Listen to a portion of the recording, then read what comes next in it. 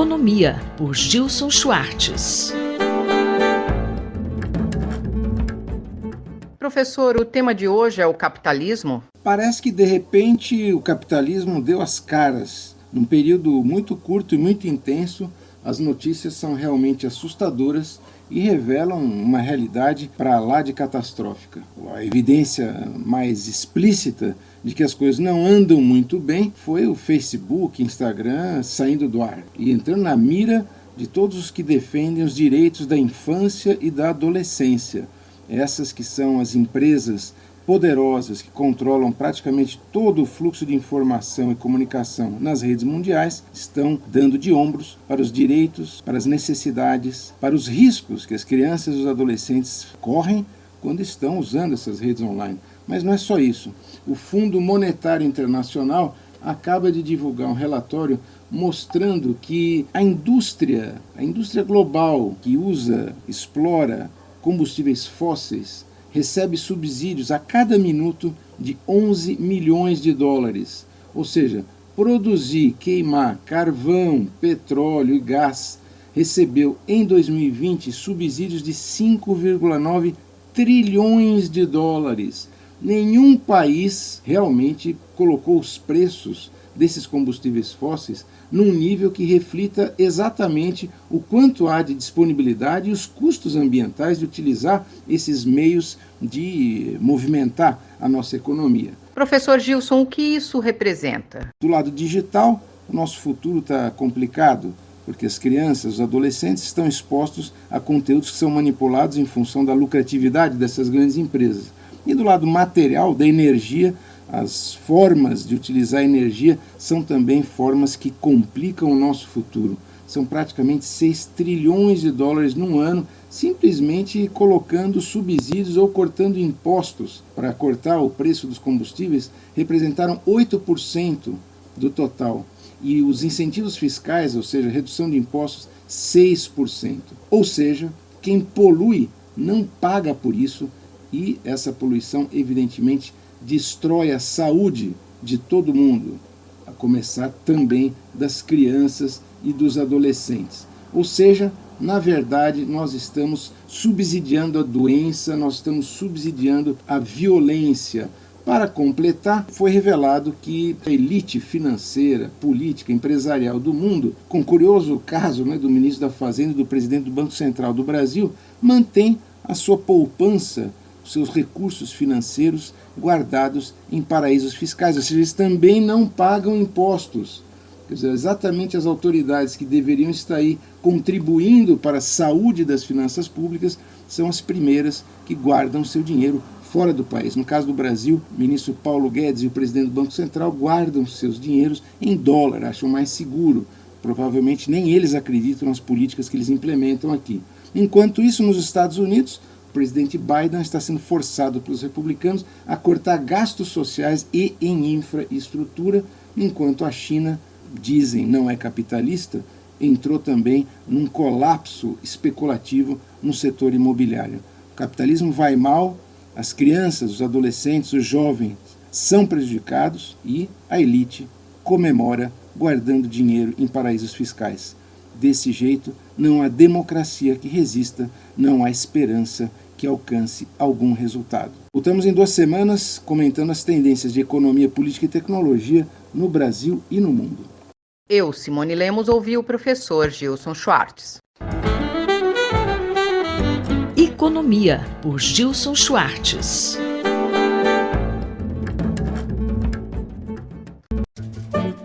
Horizontes do Jornalismo, por Carlos Eduardo Lins da Silva.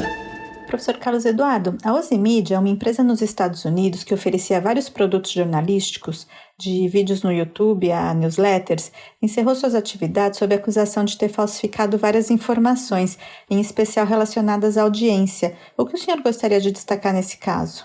Esse é um dos casos mais bizarros da história do jornalismo e da comunicação que eu já ouvi na vida, porque aconteceram coisas com essa empresa que são realmente estarrecedoras, não só pelo inusitado de alguns dos episódios, mas principalmente por demonstrar que os investidores na área de comunicação muitas vezes cometem desatinos injustificáveis. Tentando resumir, essa é uma empresa que foi fundada há 8 anos atrás, em 2013, por um jornalista que fazia sucesso na televisão e no YouTube. Esse jornalista, chamado Carlos Watson, se associou a um matemático formado em Harvard, chamado Samir Rao, e os dois começaram a levantar dinheiro para uma iniciativa de comunicação, principalmente para um público jovem. Quem promete que vai conseguir sucesso com jovens, costuma conseguir, antes disso, dinheiro, e bastante dinheiro. E pessoas experientes, como, por exemplo, a viúva do Steve Jobs, a Laurene Powell Jobs, entraram de cabeça nas histórias da OSE e colocaram muito dinheiro lá.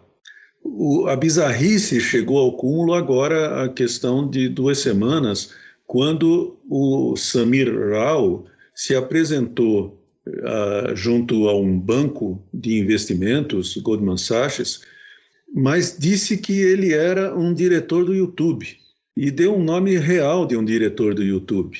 Ele se passou por um diretor do YouTube para dizer que os programas do OSE eram os mais vistos no YouTube e que eles tinham que colocar dinheiro lá, 40 milhões de dólares era a quantia que eles estavam tentando levantar nesse banco, o Goldman Sachs. E o diretor do YouTube ficou sabendo que alguém que dizia ser ele, que evidentemente não era, estava levantando dinheiro para uma outra empresa. E chamou o FBI, a Polícia Federal Americana. Isso acabou destruindo completamente a reputação do OSE, que anunciou o fim das suas atividades, demitiu todos os funcionários, atualmente eram 29 jornalistas, eles chegaram a ser 75 jornalistas que faziam podcasts, séries, eventos, e encerrou, acabou, e assim foi anunciado. No entanto, o Carlos Watson foi dar uma entrevista à NBC no dia seguinte ao anúncio do fim das atividades da OSE e disse que não, que a OSE não tinha acabado, que ela ia ressuscitar.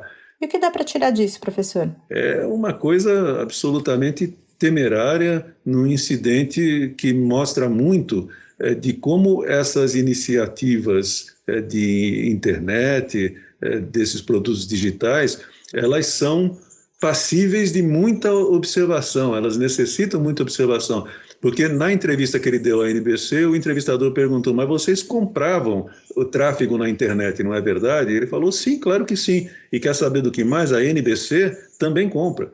E é verdade, quer dizer, todo mundo compra tráfego digital. Então é muito difícil saber qual é a verdadeira audiência de um veículo digital, porque no caso do OSE descobriu-se que 95% dos supostos espectadores do Carlos Watson Show no YouTube eram comprados, eram remunerados por essas iniciativas que se fazem nos produtos digitais. Portanto, um episódio realmente tremendo em termos de ineditismo e muito preocupante em termos de como é que vai o mercado de comunicação, de jornalismo e de comunicação de entretenimento também, todo tipo de comunicação. O jornalista e professor Carlos Eduardo Lins da Silva, colunista da Rádio USP, conversou comigo, Márcia Blasques. Horizontes do Jornalismo, por Carlos Eduardo Lins da Silva.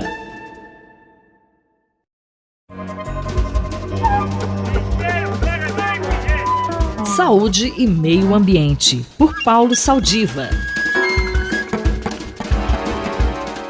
Bom dia, professor Saldiva. Temos alguma explicação para as tempestades de poeira e vento que aconteceram na semana passada no interior do estado de São Paulo? Olá, Cinderela. Olá, ouvintes da Rádio USP. É um prazer falar aqui com vocês de novo sobre meio ambiente e saúde humana.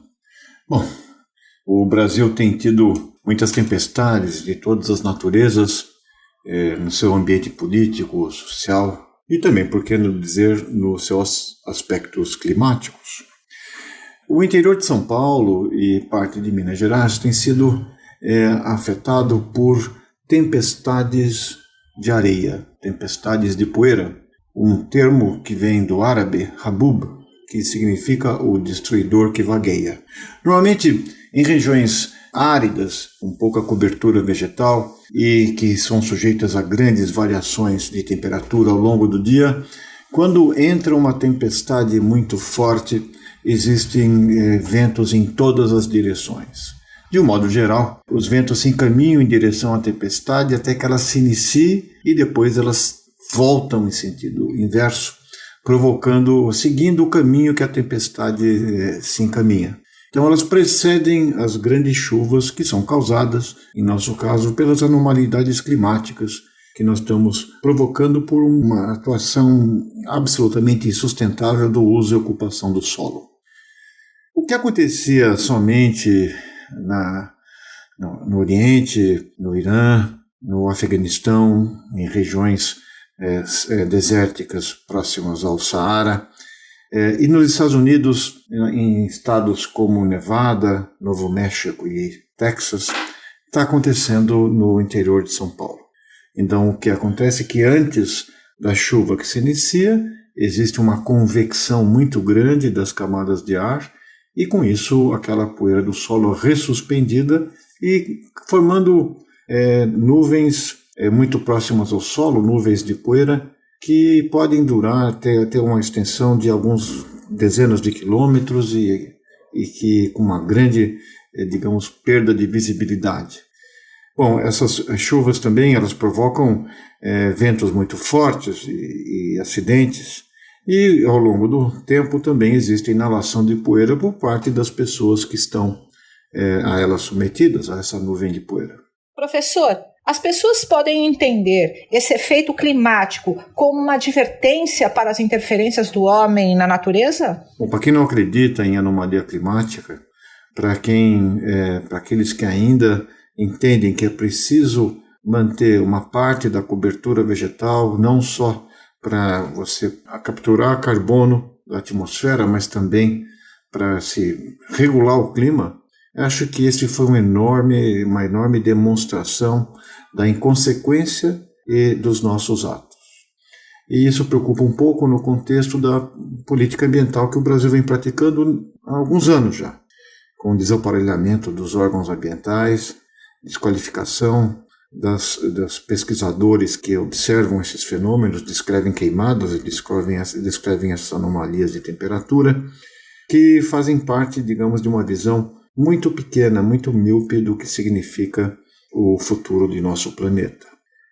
Nós tivemos a infelicidade de que algumas pessoas morreram a semana passada em função dessas anomalias climáticas, pelos ventos e pela perda de visibilidade que provocaram. Tomara que isso sirva, se a gente não aprendeu pela razão, que nos eduque pelo sofrimento. É chegado o momento de agir, é chegado o momento de tomarmos medidas efetivas e espero que, nesse caso, a ciência ande de braços dados com o poder público e a gente faça um pacto que preserve não só a saúde do planeta, como das pessoas que nele habitam. Era isso para hoje, Cinderela. É uma pena que a gente venha trazendo notícias tão tristes nessas últimas entradas. Vamos ver se a coisa melhora. Um abraço a todos os ouvintes e tudo de bom. Eu sou Cinderela Caldeira e conversei com o professor Paulo Saldiva para a Rádio USP. Saúde e Meio Ambiente, por Paulo Saldiva.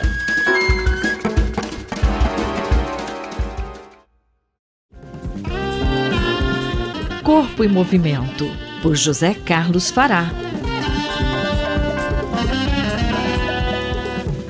A coluna de hoje irá tratar sobre o crescimento de casos de depressão durante a pandemia. O professor Fará comenta textos publicados no site da Universidade Federal do Juiz de Fora e do Ministério da Saúde. Em um dos artigos, pesquisadores buscam compreender os efeitos da pandemia na saúde mental dos brasileiros. Algumas constatações já levantadas foi que 40% dos voluntários que participaram da pesquisa disseram ter se sentido tristes ou deprimidos durante a pandemia e 50% relataram ansiedade. Olá, ouvintes.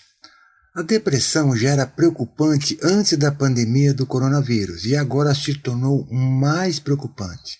Segundo um artigo publicado na Universidade Federal de Juiz de Fora, neste ano, o isolamento social, a perda da rotina pré-pandemia e o medo de ser infectado pelo Covid-19, além de seus possíveis agravamentos, levaram parte da população a desenvolver sintomas relacionados a quadros de depressão e ansiedade. A depressão, segundo o Ministério da Saúde, é caracterizada por um distúrbio afetivo acompanhado pela presença de tristeza, pessimismo, baixa autoestima, que aparecem com frequência e podem combinar-se entre si. Segundo a página do Ministério da Saúde, as causas principais da depressão são genética, que eleva a suscetibilidade para a doença, bioquímica, através de desequilíbrios entre neurotransmissores, hormônios como a dopamina, serotonina e noradrenalina, e também os fatores ambientais, como eventos estressantes, que vão desde perda de pessoas queridas, o emprego, desilusões, medos, entre muitas outras. Há vários tratamentos para a depressão, como os fármacos, a psicoterapia e atualmente se discute o eletrochoque em casos mais graves. Mas também há muitos trabalhos que indicam que poderíamos prevenir ou até diminuir seus impactos na vida se adotássemos um modo de vida mais saudável, com boa alimentação, o exercício da resiliência e a prática da atividade física, que poderá melhorar muito a nossa vida diária. Professor, como lidar com as adversidades do dia a dia? Há um potencial genético que sempre deve ser levado em consideração, e isso para qualquer doença. O estresse da vida diária vai acontecer sempre, é inevitável. O importante é como o tratamos, como lidamos com isso, e por isso cito a resiliência como um dos principais fatores, e muito importantes, que é a chamada volta por cima. Temos que aprender com as frustrações a que somos submetidos, e isso é um exercício diário e pode e deve ter ajuda profissional. Em relação à prática da atividade física, já comentamos em colunas anteriores que essa prática interfere positivamente na síntese e no funcionamento dos neurotransmissores, como os hormônios dopamina, serotonina e noradrenalina, equilibrando esse sistema. Uma caminhada já promove isso e é suficiente. A alimentação saudável e equilibrada é fundamental. Esses aspectos citados não encarecem nada a nossa vida diária do ponto de vista financeiro. A pandemia, apesar de trágica, nos trouxe alguns ensinamentos, e cada um de nós devemos absorvê-los, seja quais forem, que nos impacte positivamente. Quem sabe mudamos a pergunta e mudamos o mundo, para que possamos viver melhor. As doenças vão continuar nos afligindo, mas podemos diminuir seus impactos mudando um pouco nossos hábitos. Oxalá isso possa acontecer no espaço curto de tempo. Este é José Carlos Fará, falou comigo, Ivanir Ferreira, para a Rádio USP. Anote aí, se você tiver alguma dúvida ou queira mandar alguma sugestão para essa coluna, envie um e-mail para ouvinte@usp.br, aos cuidados do professor Fará. Corpo em Movimento, por José Carlos Fará.